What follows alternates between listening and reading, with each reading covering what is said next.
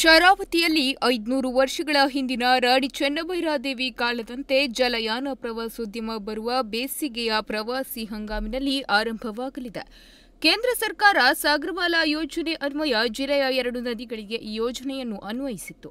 ಈ ಕುರಿತು ರಾಜ್ಯ ಸರ್ಕಾರದ ಪ್ರವಾಸೋದ್ಯಮ ಇಲಾಖೆ ತಯಾರಿ ನಡೆಸಿದ್ದು, ಹಲವಾರು ಇಲಾಖೆಗಳ ಪರವಾನಗಿ ಅಗತ್ಯವಾದ ಕಾರಣ ವಿಳಂಬವಾಗುತ್ತಿದೆ ಎಂದು ಪ್ರವಾಸೋದ್ಯಮ ಇಲಾಖೆಯ ನಿರ್ದೇಶಕ ಡಾ ಕೆ.ವಿ. ರಾಜೇಂದ್ರ ಮಂಗಳವಾರ ಕಾರವಾರದ ಜಿಲ್ಲಾಧಿಕಾರಿ ಕಚೇರಿಯಲ್ಲಿ ನಡೆದ ಉತ್ತರ ಕನ್ನಡ ಜಿಲ್ಲಾ ಪ್ರವಾಸೋದ್ಯಮ ಅಭಿವೃದ್ಧಿ ಸಲಹಾ ಸಮಿತಿಯ ಸಭೆಯಲ್ಲಿ ಹೇಳಿದರು. ಚೆನ್ನಭೈರಾದೇವಿ ಕಾಲದಲ್ಲಿ ಗೇರುಸೊಪ್ಪೆ ಅಂತಾರಾಷ್ಟ್ರೀಯ ವಾಣಿಜ್ಯ ವ್ಯವಹಾರ ನಡೆಸುತ್ತಿತ್ತು. ಆ ದಿನದಲ್ಲಿ ಉಗಿ ಹಡಗುಗಳು, ಊರಿನ ಮಚವೆಗಳು ಓಡಾಡುತ್ತಿದ್ದವು. ಶರಾವತಿಯ ಎಡಬಲ ದಂಡೆಯಲ್ಲಿ ರಸ್ತೆ ಇಲ್ಲದ ಕಾರಣ 35 ಕಿಲೋಮೀಟರ್ ಜನ ವಸತಿ ಇರುವ ಗೇರುಸೊಪ್ಪದಿಂದ ಹೊನ್ನಾವರದವರೆಗಿನ ಜನರಿಗಾಗಿ ನಂತರದ ದಿನಗಳಲ್ಲಿ ಕೇರಳದ ಕಂಪನಿಯೊಂದು ಜನರನ್ನು ಎಡಬಲ ದಂಡೆಗೆ ತಲುಪಿಸಲು ಮಹಡಿ ಸೌಲಭ್ಯವುಳ್ಳ ಲಾಂಚ್ಗಳನ್ನು ನಡೆಸುತ್ತಿತ್ತು. ನಂತರದ ದಿನಗಳಲ್ಲಿ ರಸ್ತೆ ಆಗುತ್ತಾ ಬಂದಂತೆ ಡಿಂಗಿಗಳು ಓಡಾಡತೊಡಗಿದವು. ಈಗ ಅದೇ ಡಿಂಗಿಗಳು ಶರಾವತಿಯಲ್ಲಿ ಬೋಟಿಂಗ್ ನಡೆಸುತ್ತವೆ.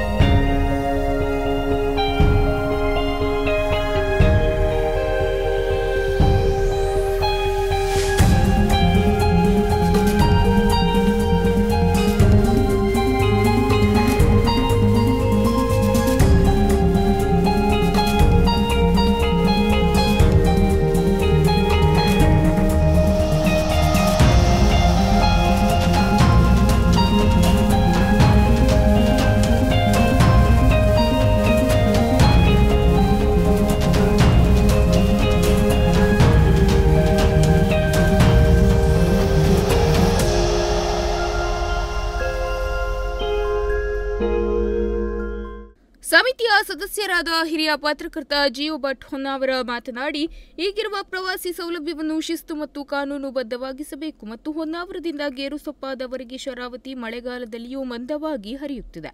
ಎಡಬಲ ದಂಡೆಗಳಲ್ಲಿ ಹಲವಾರು ಪ್ರೇಕ್ಷಣೀಯ ದೇವಸ್ಥಾನ, ಚರ್ಚ್, ಮಸೀದಿಗಳಿವೆ. ಗೇರುಸೊಪ್ಪಾದಲ್ಲಿ ಚತುರ್ಮುಖ ಬಸದಿ ಇದೆ.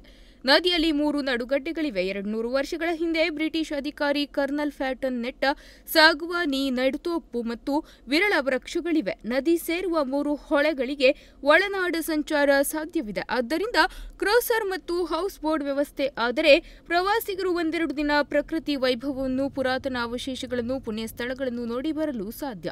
ಆದ್ದರಿಂದ ಈ ವ್ಯವಸ್ಥೆ ಆಗಬೇಕು ಎಂದು ಹೇಳಿ ತಮ್ಮ ವರದಿಯನ್ನು ಒಪ್ಪಿಸಿದರು.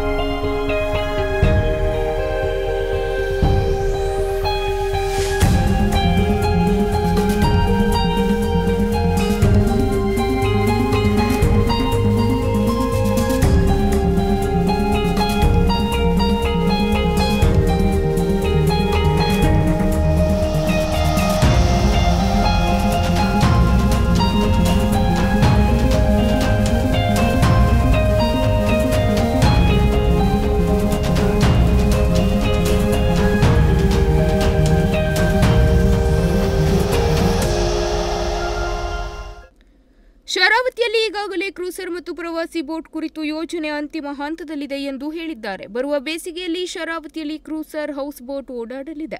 ಸಲಹಾ ಸಮಿತಿ ಸಭೆಯಲ್ಲಿ ಜಿಲ್ಲಾಧಿಕಾರಿ ಕೆ. ಲಕ್ಷ್ಮೀಪ್ರಿಯಾ, ಪ್ರವಾಸೋದ್ಯಮ ಇಲಾಖೆ ಜಂಟಿ ನಿರ್ದೇಶಕಿ ಚೈತ್ರ, ಪ್ರವಾಸೋದ್ಯಮ ಇಲಾಖೆ ಉಪನಿರ್ದೇಶಕ ಮಂಜುನಾಥ್ ನಾವಿ, ಜಿಲ್ಲಾ ಪ್ರವಾಸೋದ್ಯಮ ಅಭಿವೃದ್ಧಿ ಅಧ್ಯಯನ ಸಮಿತಿ ಸದಸ್ಯರಾದ ಎಸ್.ಜಿ. ಹೆಗಡೆ ಬೇದೇಕಲ್, ತಾಂಡೋರಾಯನ್ ಜಿಎಂ, ಶೈಲಜಾ ಗೋರ್ನಮನೆ, ವೇಣುಗೋಪಾಲ್ ಮದ್ಗುಣಿ, ಯಾಸ್ಮಿನ್ ಕಿತ್ತೂರು ಉಪಸ್ಥಿತರಿದ್ದರು.